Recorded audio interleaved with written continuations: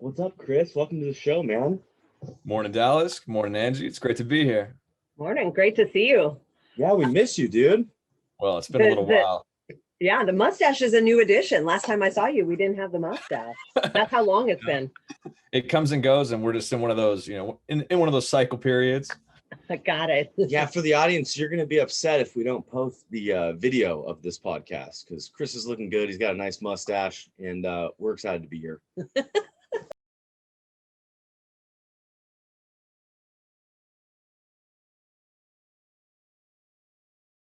Thanks, Dallas, and I'm excited to be here too. Been looking forward to this.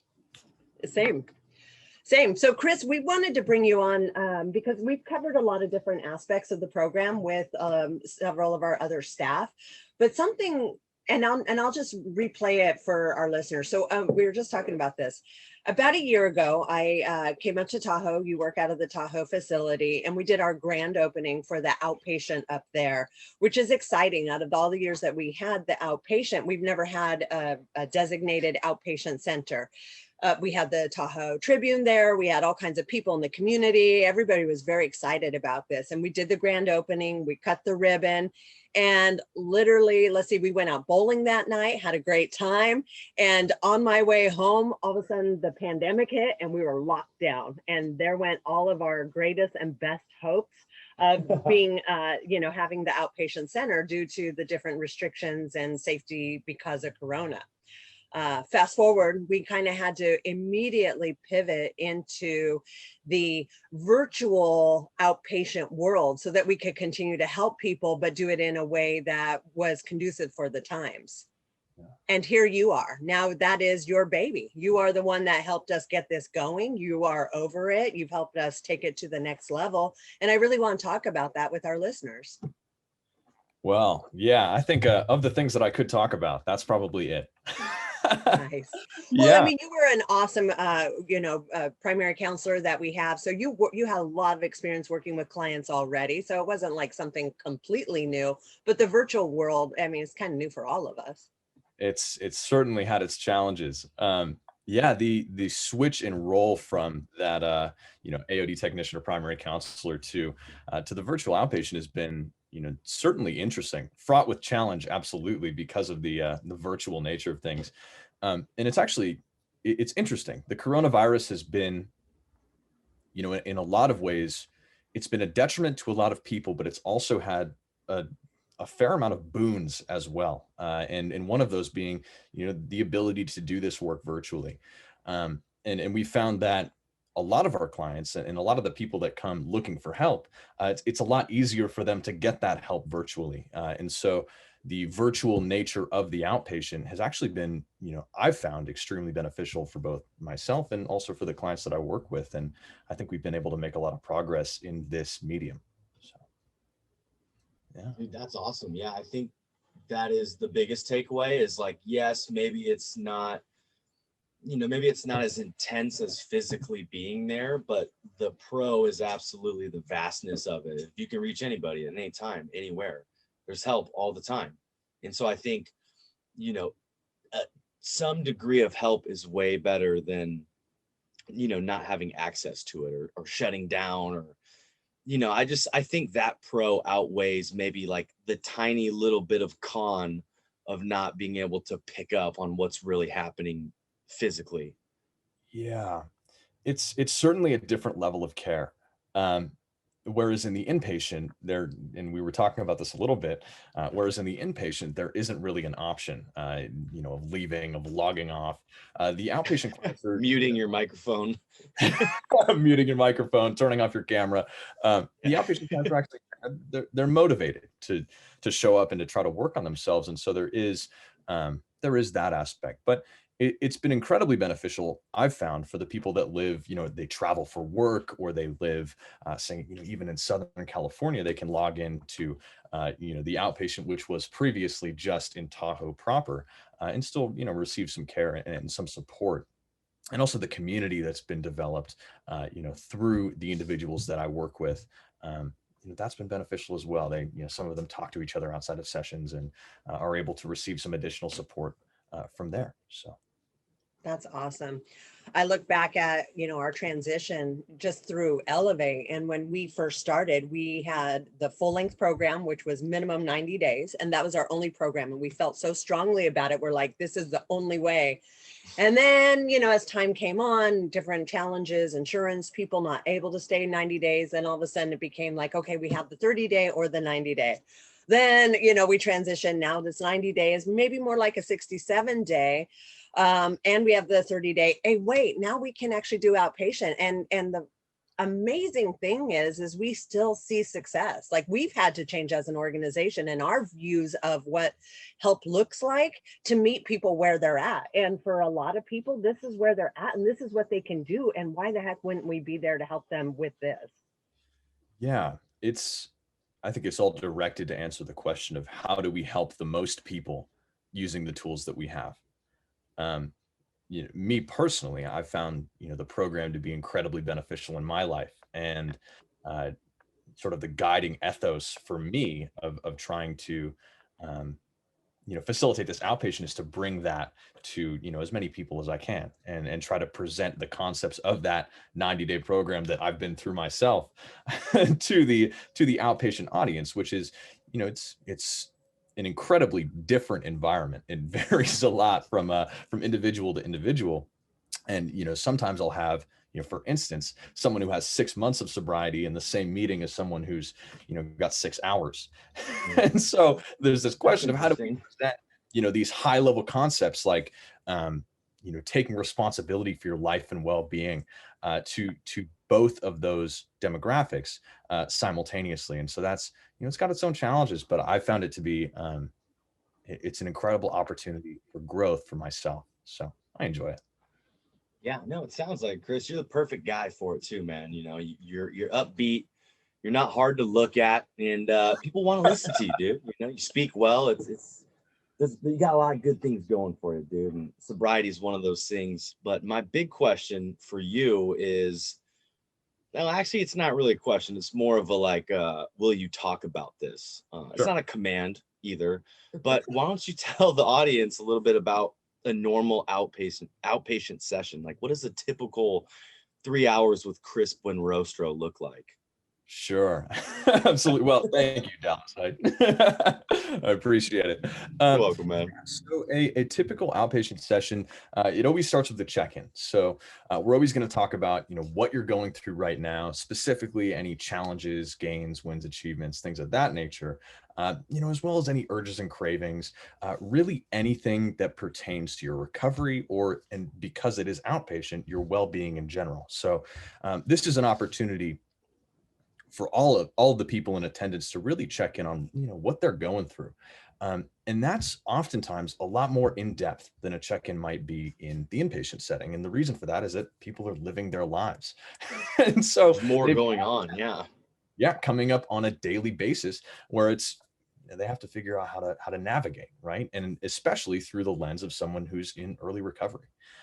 And so we always start with a check-in, and that, that could take, anywhere from 30 minutes to an hour, right? So we're trying to listen to what everybody's going through and then try to, provide feedback, offer an opportunity for crosstalk from everybody in the session, provide suggestions, things of that nature, all while trying to maintain, a respectful environment. And so we do that. Typically after that, we'll take a quick break. And so it'll be usually about 7 o'clock by the time we get back. And then when we do, we'll usually jump into a mindfulness discussion. So we'll incorporate some of the mindfulness techniques from the inpatient program. So it could be, one of those specific discussions, a progressive muscle relaxation. We typically talk about one specific concept for mindfulness. So it could be forgiveness, it could be letting go, it could be responsibility, and just looking at that through a different lens. And so we'll discuss that as a group. I'll pose some questions, people will pose their answers, we'll talk about that. And then we'll practice a guided meditation. So dependent on, where we're at in the session, we'll usually practice for about 15 minutes. And so that's been an interesting challenge virtually as well. What does that look like, meditating in Zoom? I mean, I know I've done it once myself, but my eyes were closed, so I didn't really know what it looked like. Yeah, it's it's an interesting experience. I typically allow people to turn their cameras off for that. Yeah, there you go. Nice. Yeah, I'm not keen on looking at people who are just, eyes closed, laying on the floor, whatever that looks like. But yeah, so typically we'll do that for about 15 minutes. It's an interesting experience, but it seems to work all right. I'll usually guide a meditation. When we finish that Nice. up, once again, dependent on time, we'll usually jump into a team. And so these are going to be very similar to the teams that we run in the inpatient setting, in that we're dealing with a specific concept in recovery. The difference there is that these teams are typically quite a bit shorter. And so instead of it being a 2-hour block, the team could be as brief as 30 minutes or 25 minutes. And typically we'll discuss, some kind of topic in recovery. So it could, once again, be responsibility, or, recently we ran one on self-defeating thoughts. So we sort of investigated the anthropology of a self-defeating thought. Why was this beneficial at some point in our history? Why is it not serving us now? How do we overcome them in the future? And what happens if we don't? And so we discuss all of those questions, get ideas from everybody, and typically try to reach some kind of conclusion that could be beneficial. More so than anything else, my goal with outpatient is to try and give people something that they didn't have prior to the session by the time they leave, and give them something that they can use. And so that's sort of the main body of the sessions. Then that last hour is typically dedicated to psychoeducation. So we'll usually end the meeting after that team session and allow people to progress on their learning management system work. And so we've just recently implemented an LMS, which is its own learning management system. It's online. And basically what that is we've got the entire curriculum, phase 1 through 4, transferred into that medium. And so people can log on and they can work through their individual work through that system. And then we check it on our end. And that's sort of that psychoeducational aspect. Wow, dude, that's amazing. And then are you able to give them feedback from like their curriculum, like psychoeducational work, like through the computer type of thing? Or is just kind of you make mental notes of like, yo, I'm going to need to talk to Derek about what he wrote tomorrow? Yeah. So within that learning management system, there is an ability for an instructor comment. So nice. Okay, cool. Someone turns in a specific assignment. It could be, for instance, courage part 4, right? And so somebody answers a question about courage. To me, it looked lackluster. And I'd ask them, hey, could you please elaborate on this a little more? Or, what do you think about this particular concept? And then they have an opportunity to go back and revisit those specific assignments. Gotcha. Dude, that is awesome. So essentially what I'm hearing is that you are an addiction professor. That's what I'm hearing. Yeah. It's like college for recovery over there. The not so humble part of me would sometimes like to think of it that way, but to try to keep my ego in check, Yeah. Me too, man. It's an everyday challenge.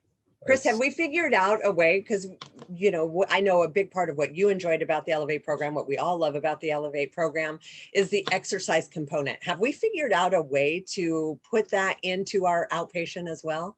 Oh, man. Outside of my own professing on the subject, that's a challenge we're facing. It's hard to, it's incredibly difficult to dictate what someone should do or needs to do outside of that, 2 to 3 hour session, right? So we can provide suggestions all day. We can say, hey, you need to do this.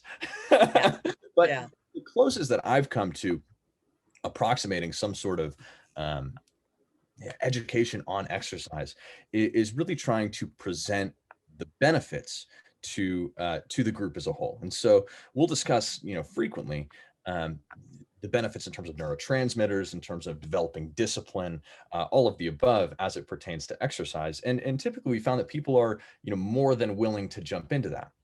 Now, everyone's at a different place. A lot of people suffer from, chronic pain. They may have difficulty getting out of the house. There's a number of different factors that could confound someone's efforts to, increase their level of physical fitness. And so we try to meet people where they're at.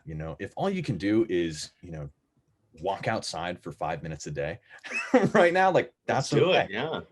If you're working out 2 hours a day in the gym, like that's great too. What's important is that you're doing it and you're developing that discipline. And so we try to encourage that as best we can, but it is incredibly difficult to mandate. I bet. Well, and nobody wants it mandated, but we've seen such amazing benefits from doing it, and, you know, helping people sleep better, do better, stay sober.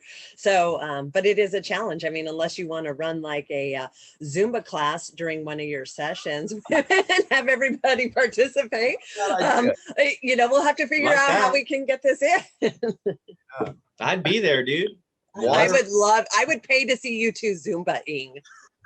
It's a good idea, Dallas. We're gonna have to get on that, man. We won't. Yeah, there would be too many signups. We'd have to limit the class to 1,000. I'm just saying, dude. Yeah, 2021. Yeah, here we come. You know. Yeah, love it. Zumba, sober Zumba. Wow, that's pretty cool, man. Yeah, dude. I was thinking kind of along the lines too, like, you know, obviously. I mean, I guess just to acknowledge what you said about the fitness and the exercise is, I don't think you couldn't have answered it any better, where you can't force it onto somebody, you know, even in residential. Like, I'm the CrossFit guy at the center. Everyone's like, oh, there's the CrossFit guy. And, you know, even to the point where when we're in lunch, in the lunch line, clients are like, oh, I just want to let you know, like, I'm just having the carbs today. Like, I didn't have them yesterday. Like, when I walk in, people apologize to me for doing yoga. Like, that's how bad it is, you know, or it's like, or how good it is, or how good it is. Where people are like, walk by me with their head down if they went to yoga last night, you know. Anyways, the point that I was making is even in residential, it's difficult to get people to exercise and explain the benefits. And there's just so many barriers to getting into fitness. People, right? Working out, eating healthy are two really simple things to do. Yet like 60% of America is obese and doesn't work out, right? So it's like, what is getting in the way of doing these things? And you hit on it perfectly. It's the pain, it's the lack of discipline, it's the lack of resource, it's the lack of other factors that get in the way. So I'm glad that what you said is you address it. Like, hey, I'm going to present to you why you should do it. And that's all I could really do, but I'm going to continue doing it. And hopefully that plants some seeds. And I think that's a pretty decent parallel for recovery in general. Yeah, I think you hit the nail right on the head there. I was going to jump in with that myself. I think that jump on in, dude. The water's warm. Absolutely right. I think the best that we can do, and particularly in this outpatient setting, and particularly virtually, is try to present to the best of our ability the benefits of doing this. So it's the benefits of being in recovery. It's the benefits of, you know, exercising, and trying to, you know, I'll actually harken back to this conversation I had with my buddy a while back. And basically what the conversation consisted of was us talking about how if we could just, you know, allow somebody, and, you know, a client who is just, you know, just recently sober, to experience what we experience on a day-to-day basis in recovery, you know, X amount of time in, we'd be out of a job because they would get it, right? And they wouldn't, you know, continue to go back to those behaviors. And so we can't do that. So to the best of our ability, we try to present that, you know, this is what you can expect if you try to do this right? Nobody's perfect, but this is what you can expect if you work towards something better. And I think that's what recovery is about. That's what, you know, fitness is about, is trying to build on what you have incrementally and try to make it better and try to improve your life. And if you do this for, you know, this amount of time, far into the future, you can look back at that point where you started and you can say, look how far I've come. Look what I've done with my life. And so that's what we're trying to encourage. And that's what I try to, you know, bring to the table with outpatient. I love that. And that was exactly where I was hoping to go next, because if our listeners are listening to you, they've never met you, they've never seen you, you would think that we were speaking with, you know, a 35-year-old educated professor who's been in the industry for like 25 years. You present so amazingly professional and knowledgeable, and you speak so well. And I think our listeners will be surprised at actually, you know, how young you are and you know, actually why you're here and that you were ever even a drug addict. Well, thanks for calling attention to that. I mean, it's why we're all here, right? Oh, absolutely. Absolutely. So I'm 21 years old. I got sober when I was 18. And I was addicted to alcohol and cocaine. And so that's sort of my, that's my backstory. So that's me. So that's Dang, me. so you came to us at 18. Yeah. So I was Been that long. That's amazing. Barely legal. Barely legal. Yeah. You were 2 months away from having to go to a youth program. Basically. In the wilderness, dude, in Utah. That was the other option. Yeah. Yeah. I came to Elevate. It was interesting. I came to Elevate after reaching a point in my life where I didn't see another path. I actually didn't see any path at all. And it was thanks to my family that I actually found Elevate in the first place. They found it for me, my mom actually. And I was at a point in my life where I didn't feel like there was anything left for me. And that's a terrible place to be when you're so young. Oh yeah.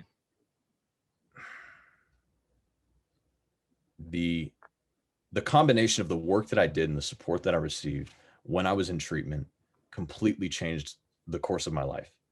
It went from the only way I can go is down to what in the world could I accomplish if only I put my mind to it. And it recovered and improved upon that same sense that I had when I was a lot younger. And so in a lot of ways, the program saved my life, but I also did that for myself as well. And my family played a huge part in it. And actually, Dallas, you played a huge part in it as well. So thank you for that. And Angie, thank you for, continuing to facilitate this whole operation. So the Elevate program did, it saved my life. And I figured maybe at that point, I was maybe 2 months sober. I was in the program. I don't think I'd turned 19 yet, but I was getting older. and things were going extremely well for me at that point. But I wasn't quite sure if that was what I wanted for myself, but I had a realization in the program, and the realization basically was simple. It was just, what if I could take these feelings that I've cultivated, these things that I've done so far, and share them with other people? What if I could share my journey and try to help at least one person through this? And if I can help at least one person through this thing that I've been through and this thing that I'm going through, that would make it worth it. And so that's sort of been that's been the wishing on a star since then. And everything's sort of come out of that. Yeah, well, and it's amazing. And I hope, for our listeners that are listening, and maybe people who have younger kids, I'm going to say kids, even though they're 18, that it's, you don't need to spend 10 years in addiction ruining your life before you get sober. Look at how amazing it would be if you got sober at 18 and you had your whole life ahead of you, all the possibilities and dreams, and you are living, walking proof of that. In so many ways. And I respect and admire you so much, because it's not always easy to get sober at that age. The peer pressure from your friends, where they all are, nobody's getting sober at that age. And it's you got to go kind of be a lone wolf and forge your own way and forego all the normal kid stuff, college and, frats and just all that kind of stuff, and say, hey, this is where I'm going to go to the college of sobriety. And it's a tough path for a lot of people, but you do it so well. And you're such a shining example that I hope everybody looks at that and says, hey, no matter what age, I can do this. Well, thank you. I truly appreciate that, Angie. Yeah, I agree with all that too, Chris, by the way. I'm not going to say it again because it's been said, but I agree with all that as well. Being especially someone that got sober as well at a young age. I started at 18. I didn't get it till 21. I think I turned 22 in treatment. Same. But we've had that conversation. Yeah, we've had it on the air too, so that's gonna look bad. I'm just kidding. Really? Oh yeah. We're dorks. We've been doing this. We're dorks, dude. That's funny.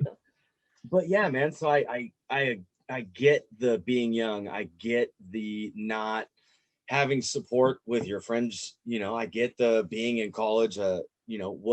What are other people doing? Like, you're just kind of a lone wolf, like Angie said, at that age. And maybe that's has a lot to do with why you are older for your age type of thing. I definitely get that a lot too. People like, you're not 40. I'm like, no, dude, I'm 28. I'm like, what, really? I'm like, Really? yeah, man. Like, you get sober at 21 and all your friends are like 32-year-old people. Like, Yeah. you just kind of grow up, people aren't getting sober at 18, 19, 20, 21. And it's the best thing that's ever happened to me is being forced to grow up and not go to college, not go to frats, and actually just like learn how the mind works and like figure out how I'm feeling, like all that benefited me so much more than, a frat party in economics. Well, I just began going back to school again to go for a psychology degree. So that's sort of, Congrats, man. yeah. How is that? How is that going in there sober and just it's I'm loving it. I'm loving every second of it. I have a new perspective on education after doing it, after having this opportunity. And psychology. Yeah, and it's very much in line with the work that I've done with Elevate. And so a lot of the projects and assignments have a lot to do with the stuff that I've worked on already. So yeah, dude. It's one of my research projects right now is specifically on the correlation between exercise and the ability to treat mental disorders. And so we're talking about is exercise a viable treatment method for things like borderline personality disorder, addiction, and things of that nature. And so I'm doing some research on that right now, and the results are in. It is. It is, yeah. Absolutely. Newsflash, it helps. Studies that prove all of that too, yeah. But Angie, just briefly, I really liked what you said. For people that get sober young, or for people that are going to treatment young, there's this idea that I try to convey to the people that I work with. And particularly and this was true in the inpatient, this is true in the virtual outpatient, particularly the younger generation, people that come in 18, 19, 20, there is such an incredible opportunity for growth and such an incredible opportunity for long-lasting, lifelong change that can be gained from doing this young.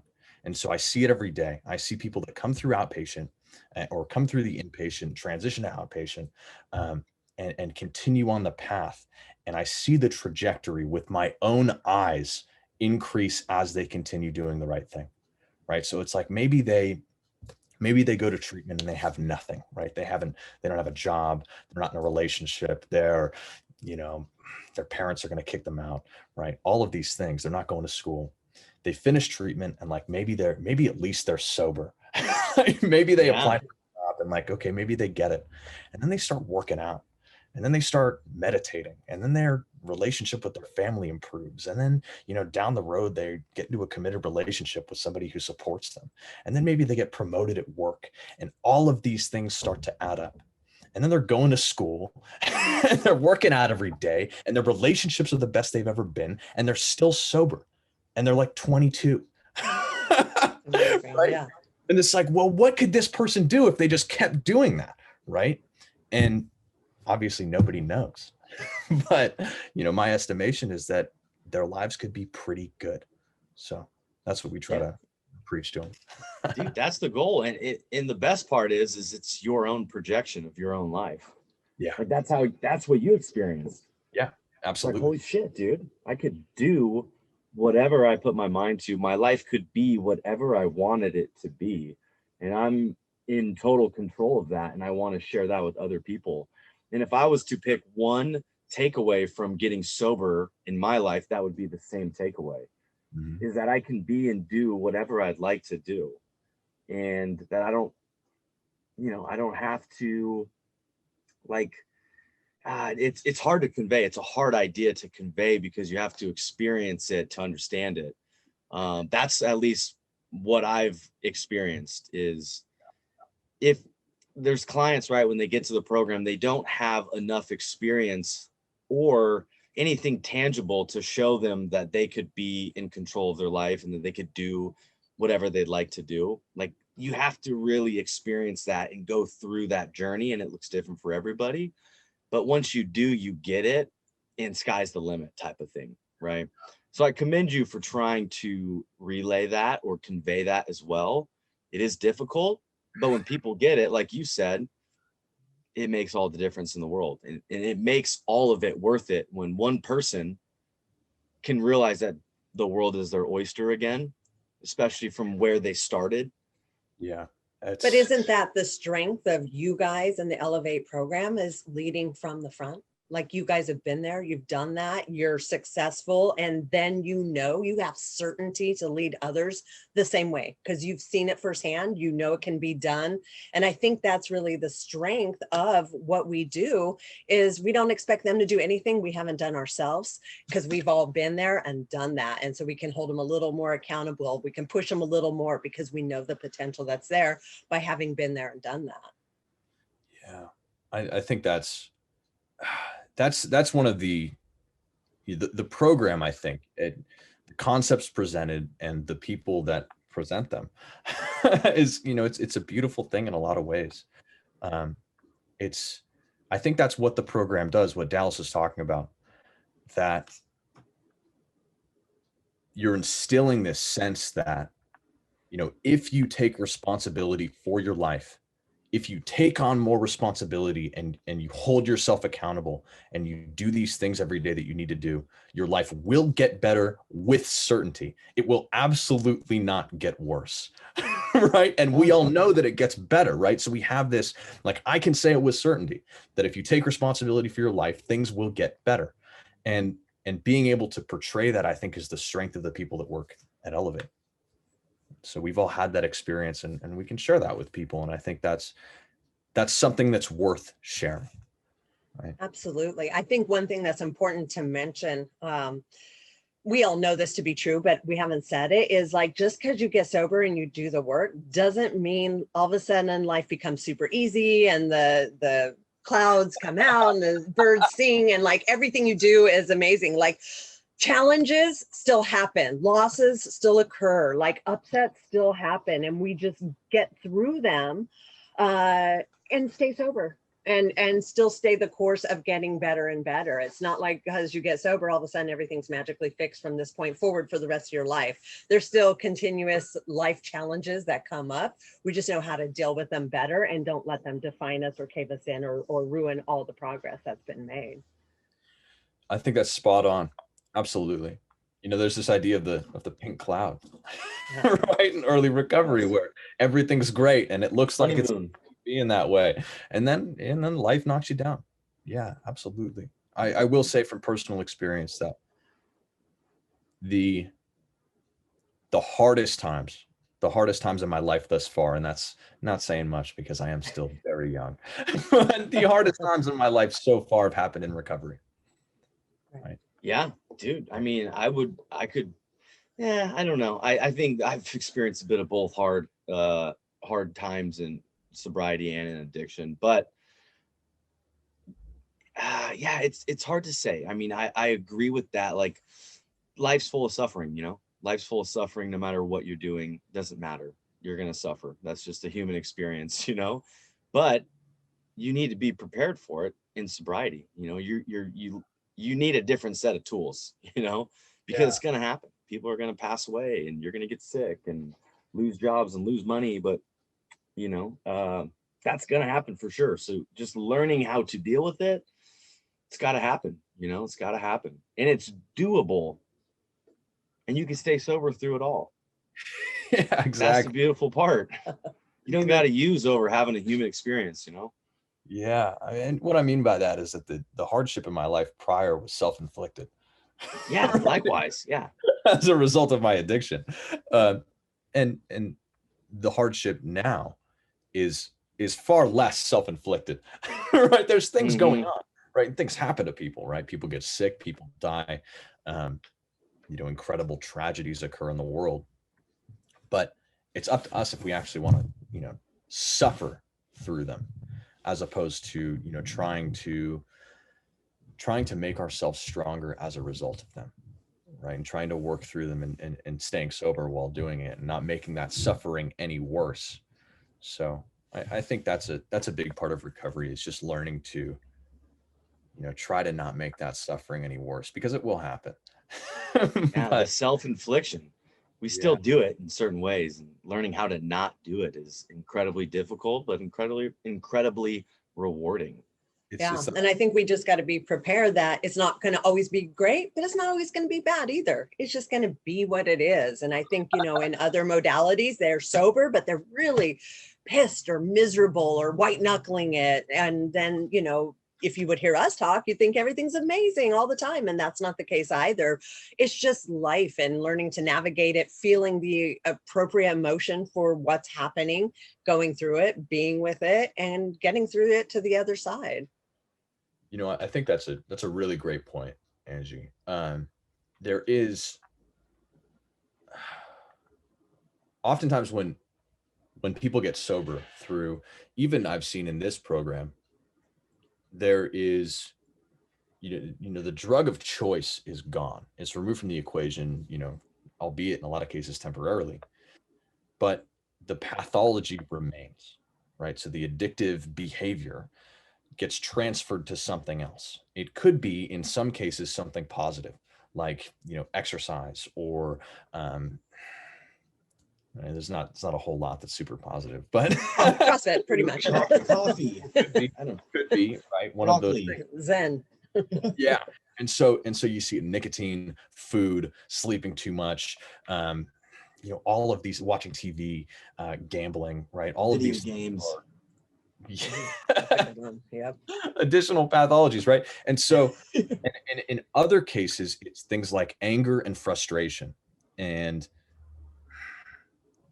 a continuation of the pathology that got someone to treatment in the first place. And so you see, I think that's one of the causes of white knuckling, right? When you try to take the substance out of the equation and not substitute it with something else, you then get a void that you have to fill with something. And when you're not filling it with anything, you're just white knuckling it, right? You don't have anywhere for that energy to go. And so I think then you get that sort of that phenomenon. But I think the question is, how do we take that energy and direct it towards something that's positive, such that you can make your life better using it. And that's what it's all about, is developing new healthy habits. It's, not leaving a void there, but filling it with positive things that are only going to make your life better, and doing those things over and over again, whether it's 5 minutes of meditation every morning, it's a power list, it's working out, it's getting your 8 hours of sleep. We try to reformulate the life to fill the voids, not just take everything away and say, okay, there you go, better, right? It's a constant work in progress, and adding things that add value and not doing the things that take away. Yeah, you're so right. There's a feeling that you lose something when you give up your drug of choice, right? And heard it specifically referred to as, I've lost my love. Yeah. Right. And that's a very small thing to say. But yeah, there is this feeling of losing something that's very important to you and very close to you. And so you need to find something else that can substitute. You need to find something else that can make up for that loss. So it's not just loss, right? You need to gain something in your recovery. And I think we give up that substance so that we can gain everything else. Right? Everything else. I think they call that long-term gratification, right? Losing something in the immediate future to gain in the long term. But you are, in recovery, you're like agreeing to winning something in the future, and you don't know what that is. But you have to lose right now.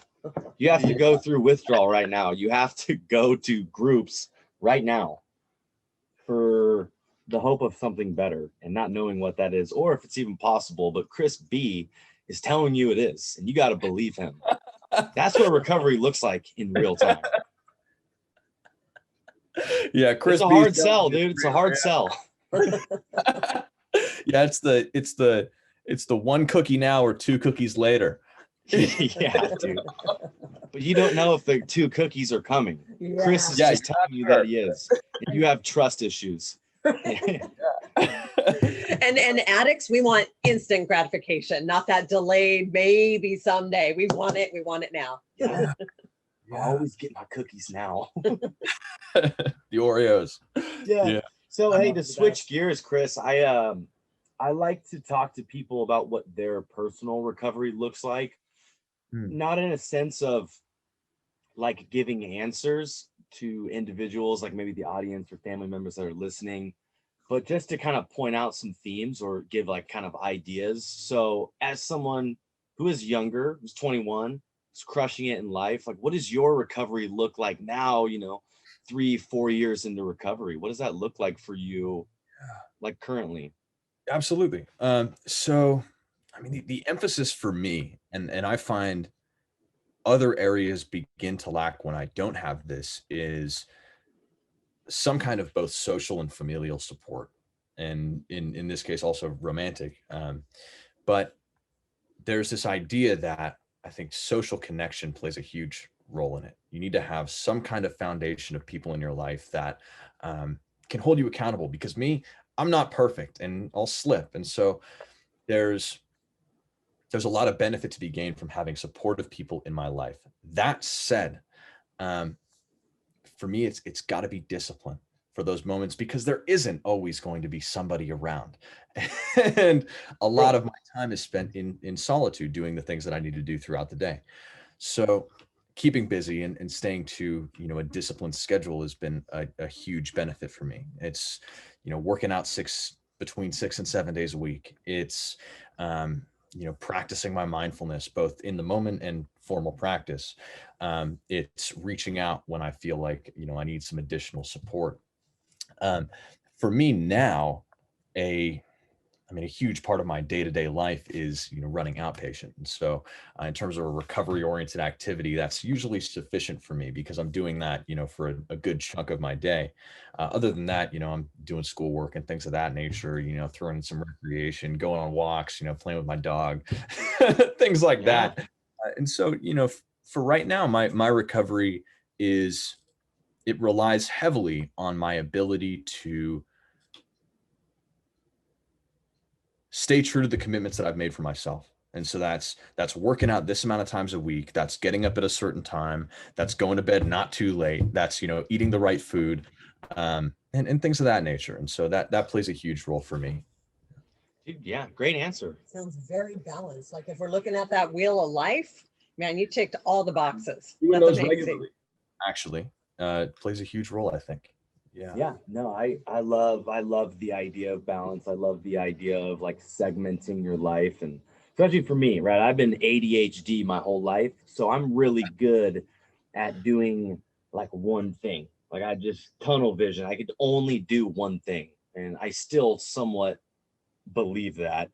So the wheel of life, like every week or two, I pick one new area, like whether that's school or exercise or work or romance or you know family, wealth, and whatever it is. I just pick one every 2 weeks, and I'm like, what can I do to really make that a little bit better right now? And then in 2 weeks from then, I'll focus back on exercise, and then I'll focus back on the relationship, and I leave a little bit of wiggle room, because sometimes the relationship, the every 2 weeks focusing on it doesn't always pay out. But That's the same with exercise. Got to be some balance, right? Yeah, so don't quote me on that one. But I think another thing that came up that I wanted to ask you from you kind of answering your question, and realizing that during the pandemic, or during 2021 coronavirus type of thing, what advice or what suggestions do you give to the people in outpatient, right? Like where do you point them for community, for that social kind of void? What solutions are out there for them, and what do you suggest? The COVID pandemic has been incredibly trying for people especially. It's been trying for everybody, but people in recovery especially. And the reason for that is that lack of social connection. And so, there's a lot of opportunities, for instance, via Zoom. But unfortunately, those interactions are neutered because of the nature of Zoom, right? So you're like able to see somebody, but you can't really exchange like physical contact. You can't like hug your friend when you see them.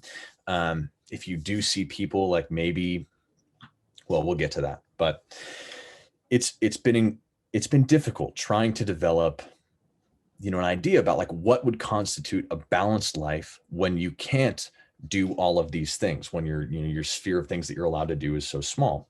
And in terms of maintaining recovery during this time, outpatient's been one, really solid thing that people can do, right? It's like, this is some social connection that you can have on a consistent basis, 5 nights a week, right? We can do this.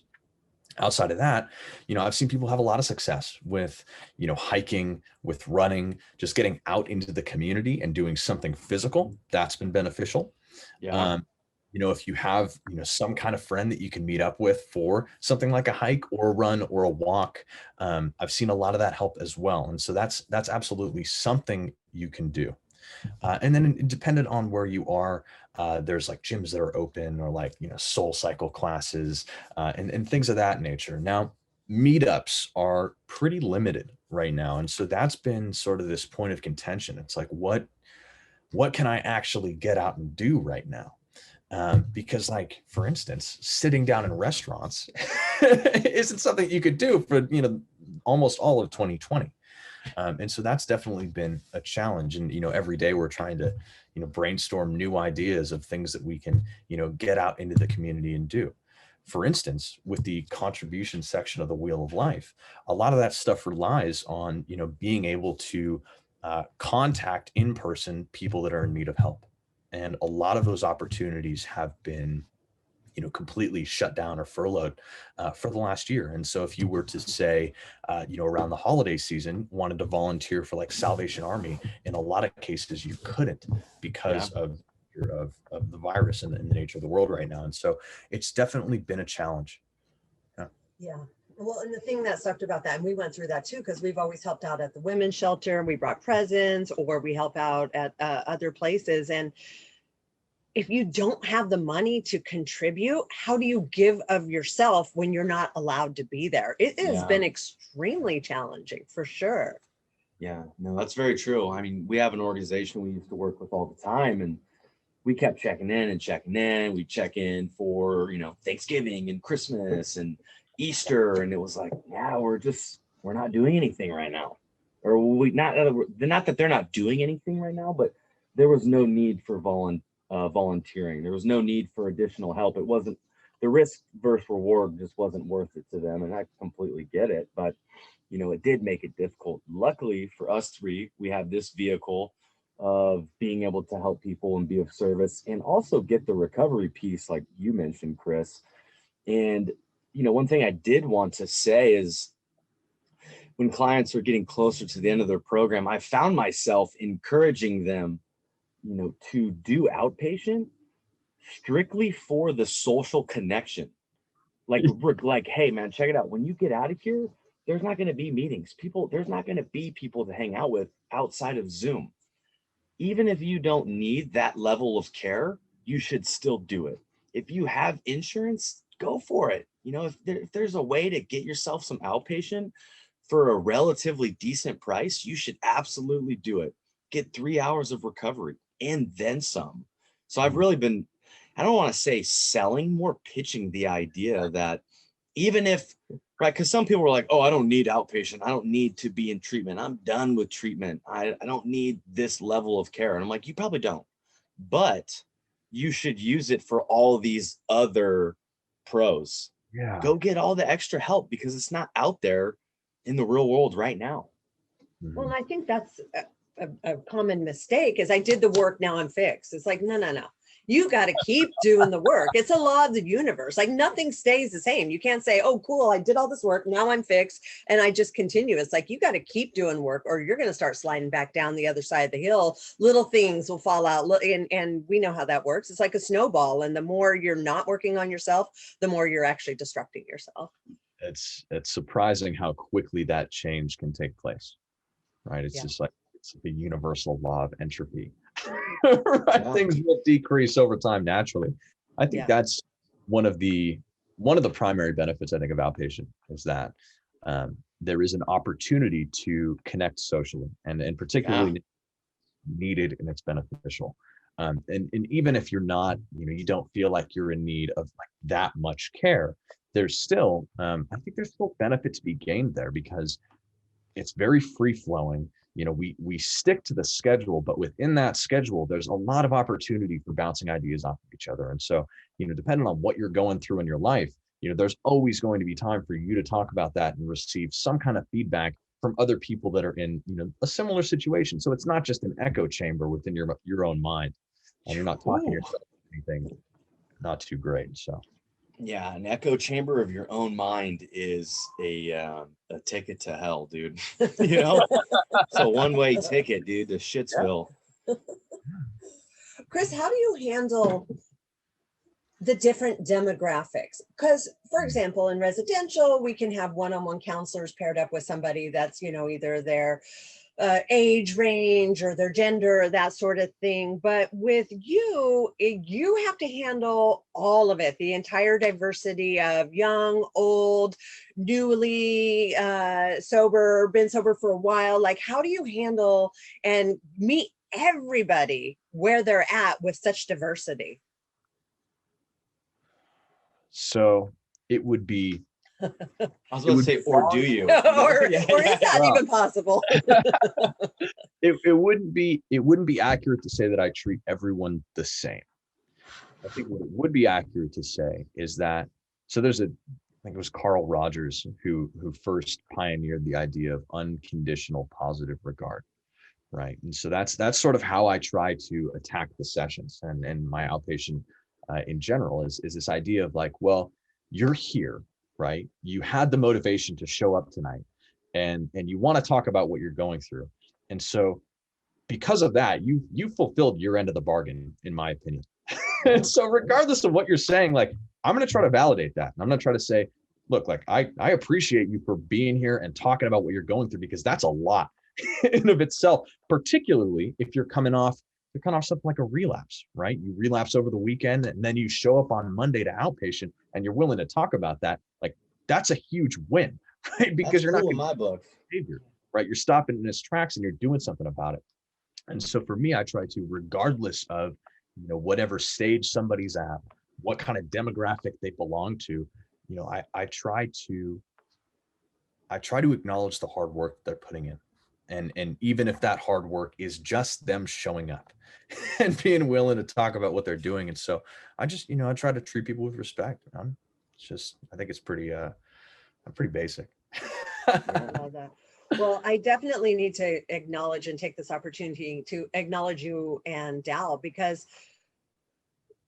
being the age that you guys are, it's sometimes difficult to gain the trust of older alcoholics / addicts, because they're like, what do you know? You're just a kid. And for you guys to really be able to say, actually, I do know. And although I'm young, I understand. You guys do a phenomenal job of establishing that trust and establishing that authority where they actually listen to you guys, which is not easy, because you guys, in my opinion, are at a disadvantage. You don't have the doctor's badge and the schooling and the, age to say, I know better, and you guys really like earn that. And I think that's amazing. Thanks, Hans. Yeah. Thank you. Maybe the mustache helps, Chris. Yeah, maybe the mustache. Yeah, the mustache pegs you at 30, dude. You look like you've experienced some life with that thing.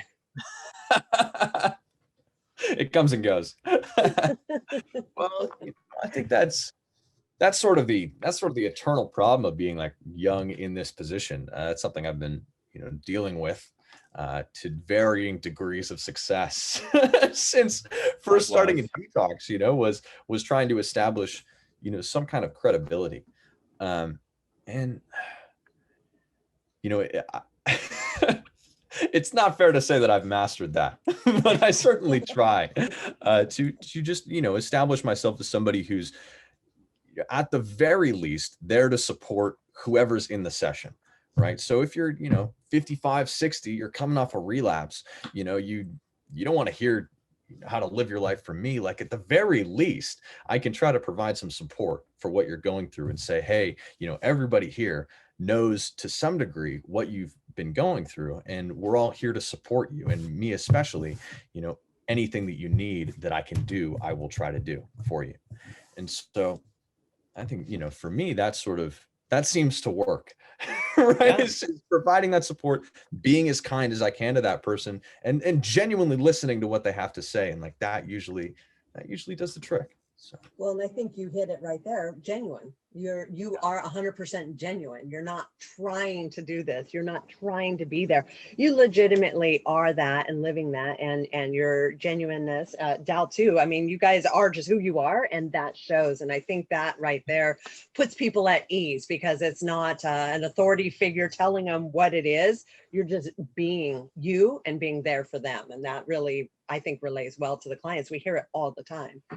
Yeah, no, that's absolutely the ticket. I appreciate your acknowledgement, Ange, and I appreciate, Chris, what you said too. And I absolutely have the same experience of being 22 years old and having to go tell some 60-year-old alcoholic man who's lived a super successful life, and he's very bitter and angry at this point. I have to tell him, we'll say his name's Derek. Derek, you're late for block, dude. And you got to be there, and you just got a conduct violation. If you get 2 more, dude, you're going to be raking outside. So Derek, you might want to get to group, right? Like that doesn't land well with anybody. Derek doesn't want to hear that. Derek doesn't want to hear that. And I don't really want to tell Derek that, dude. But what does land well with Derek is when I'm like, Derek, what's up, man? How are you? He's like, oh, I'm just, struggling to move this morning. It's a little cold in my knees and my joints are not feeling too well. I'm like, you know what, Derek? I'm going to get you some Tylenol, man. I'll bring it right over. Give him some Tylenol. Next group, dude, he's there on time, and it's just meeting them where they're at. It has nothing to do with me. I am not the answer to their problems. And so I always just like to, my big thing is like, I know how to stay sober. That's why I'm here. I know how to stay sober. You're here to learn how to stay sober. How can I help you with that? Yeah. Oh, you don't want my help? Okay. Well, when you do, I'll be here. I'm in the office down there. Let me know. And so when I try to establish my authority, when I am like working in ego, it doesn't work well, and I'm not there to change them. I'm there to help them with what they're struggling with. And that's the conversation to have. And when I can have that conversation and be in that conversation, it's helpful. Yeah. It's not rocket science, No, that's an excellent way to look at it. No, you're absolutely right. There's so much more to be gained by trying to give something. By trying to give your support. There's a lot more to be gained in those interactions. Everybody walks away feeling a little bit better instead of a little bit worse. So I think you hit the make people feel worse, Yeah. That's all we're here to do. I'm just here to project my pain, dude, You know what? If you think that's not common. Yeah. You'd be surprised. Yeah, I mean, that's sort of an overarching theme, I think. Yeah, dude, absolutely. Well, and once we can get people willing, that's meeting them where they're at. They're way more inclined to do it for themselves than feeling forced, pulled, pushed, manipulated into doing something. If we can get them to actually be willing to wanting to do it for themselves, that's where the magic happens. Nobody likes to do that under duress or protest. Yeah, it's not necessary, necessarily to go to treatment on your own accord, right? But you have to stay sober on your own accord, right? You have to do this, in a lot of ways. Like you can receive support from others, but you have to do this yourself, right? And so there's a lot that has to be done internally in order to develop that motivation to maintain sobriety. And it's not an easy thing to do. This is simultaneously the hardest and most rewarding thing I've done in my short life.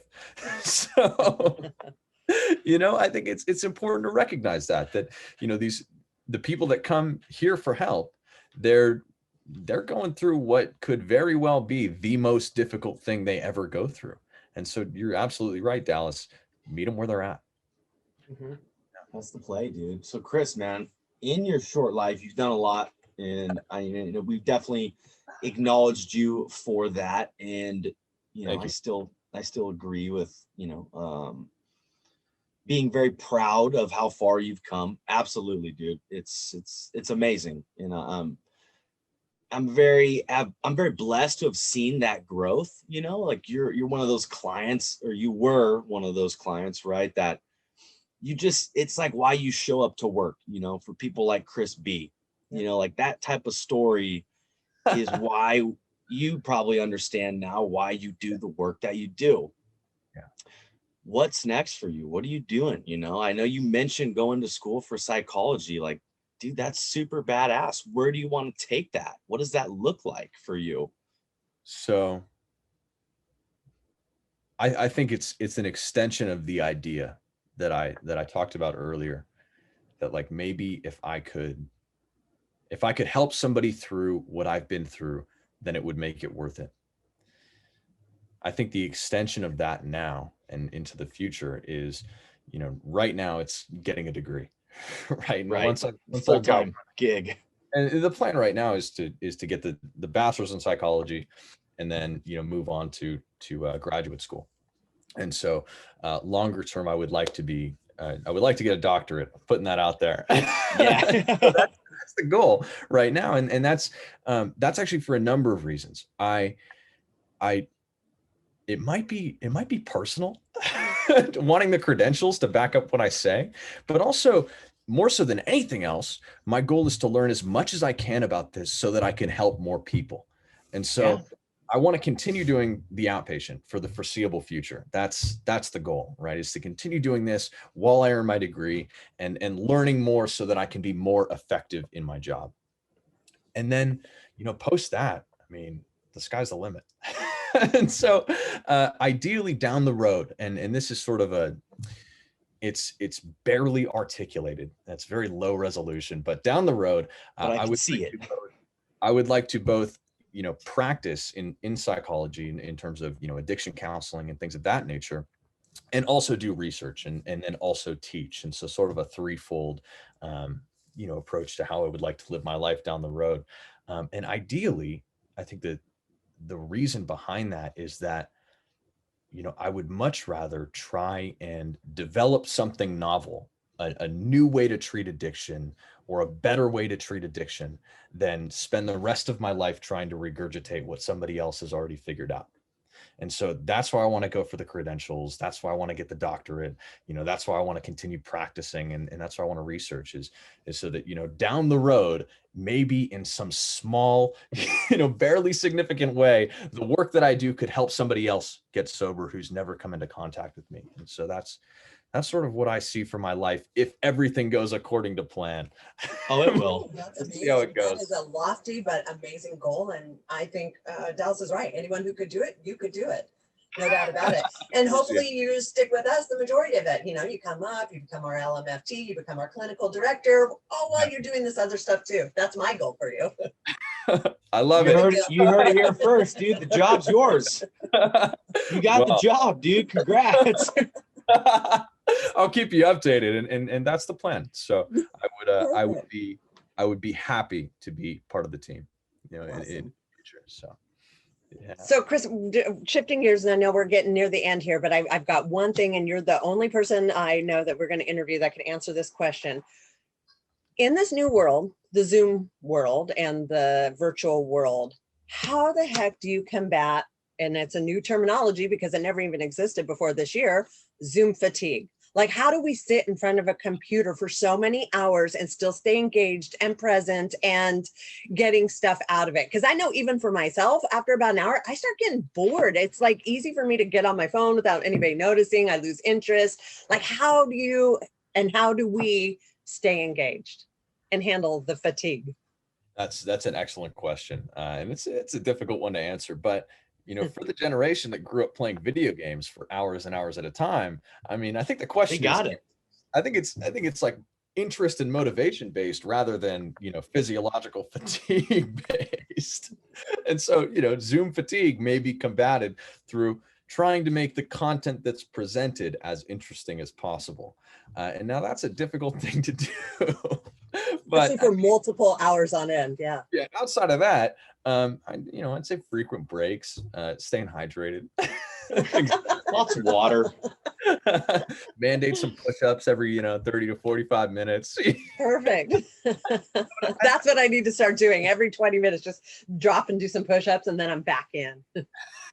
I think, at the very least, maybe getting outside just for a few minutes, like 5 minutes at a time, every so often, probably, would help a little bit. So That's a good point. Dude, we should make like a blog, I think that's what they would call it, like a Zoom fatigue blog by PhD Chris Buenrostro on Zoom. Maybe that's what you give to the world. Could be is next. Conquering Zoom fatigue for the young And the old. the young and the old. Come on, because you young apparently have no problem with it because of your game playing, your video game playing. So what about the old who didn't grow up that way? Practice, screen practice. There is there's a whole bunch, there's a wealth of research on like blue light that's emitted from computer screens. Yeah. And there's glasses that you can get that are blue light glasses, and so they Oh yeah, Tom loves wearing his blue light glasses. Yeah, I don't know if that's like empirically validated, but I think that could be potentially something. Makes him feel better. Wow. You heard it here first. That's what we're looking for. We're just looking to feel a little better, dude. Yeah. But I think combating Zoom fatigue probably has something to do with, on the one hand, that those physiological actions, so like getting up and getting away from Zoom for a few minutes every little while, and then also trying to make the content that's presented and the conversations that are had as engaging as possible. So Yeah.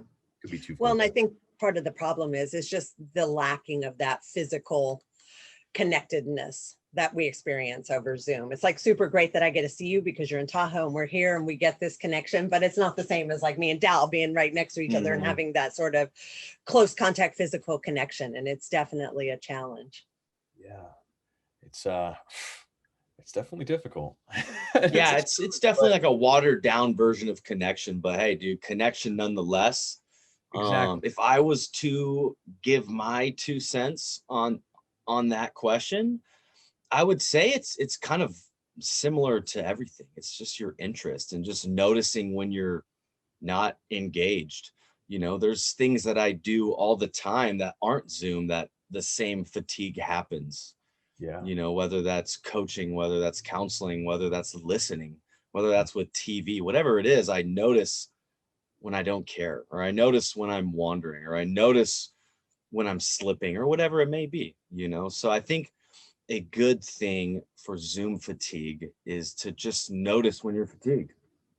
Yeah. Right? Once you notice it, then you can do something about it. And that's kind of where the discipline falls in, right? Having discipline to say, hey, I notice you're tired, but you're actually hosting outpatient right now. So you don't really get to be tired, Chris. And you can't be fatigued right now, dude. So let's reel it in, and that's kind of how I live my life, just noticing with what's going on, and then, like troubleshooting accordingly.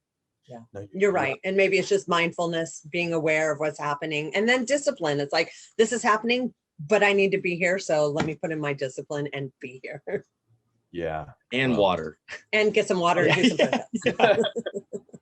Cousin Andy. I think that's collectively we've attacked that question pretty well. So I like it. 3 great minds. Awesome. Well, not me, but okay.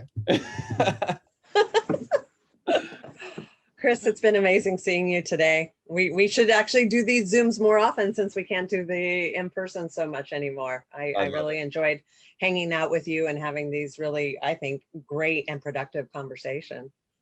Yeah, the research just started. Yeah, it's been an absolute pleasure. Thank you both for having me on this morning. Absolutely. Any parting thoughts for any listeners that might be listening? Any advice or thoughts or anything you want to communicate? If I can do it, you can do it. There you go. I love it, dude. I love it. Absolutely. Simple message, but very effective. Yeah. Look at me. Well, it's been an absolute pleasure. Thank you so much, both of you. Yeah. All right. Thanks, Chris.